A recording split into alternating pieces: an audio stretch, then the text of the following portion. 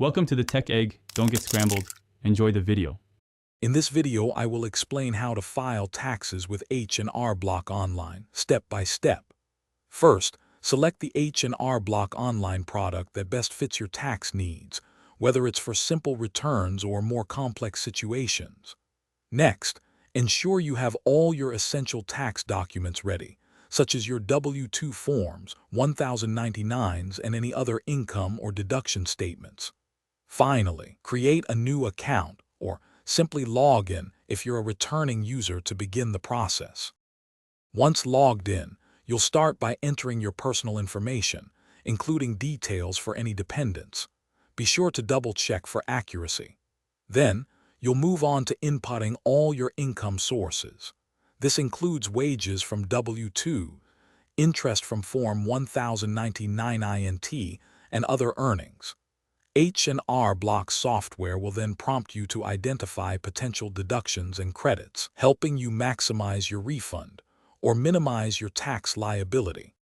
Hey everyone, if you're finding this video helpful, please hit that like button and subscribe to the channel for more great content. On another note, if you're looking to truly change how you think about money, I highly recommend the book *The Simple Path to Wealth*.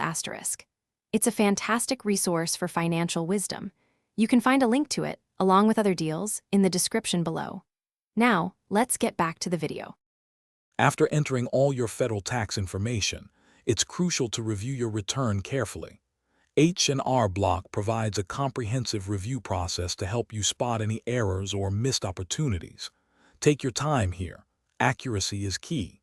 Once your federal return is finalized, you'll proceed to your state tax return.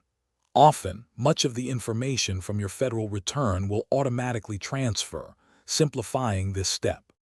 With your returns reviewed and complete, you'll choose your filing method. Most people opt for e-file, which is fast and secure. Next, decide how you'd like to receive your refund, typically via direct deposit, or how you'll pay any taxes owed. Finally, confirm your submission. Remember to save digital or physical copies of your filed federal and state returns for your records, just in case you need them later. Thanks for watching. Consider subscribing if I helped unscramble your problems.